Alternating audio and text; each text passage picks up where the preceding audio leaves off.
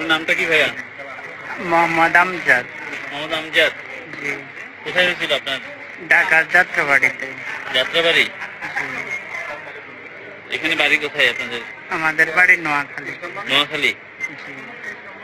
নোয়াখালী থেকে চিটাগাং পাঠিয়েছে? ঢাকা মেডিকেল ছিলাম, ওই জায়গায় খালি না দেখে পরে নিয়ে গেছিল ইয়াতে শ্যামলিতে। ওই জায়গায় ওরা খরচ বেশি চাইছে দেখে পরে নোয়াখালী থেকে নিয়ে গেছে।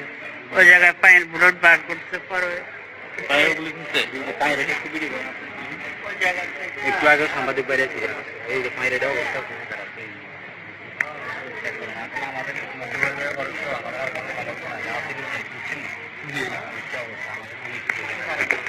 আমার ভাই এখানে জব করতে নিয়ে গেছে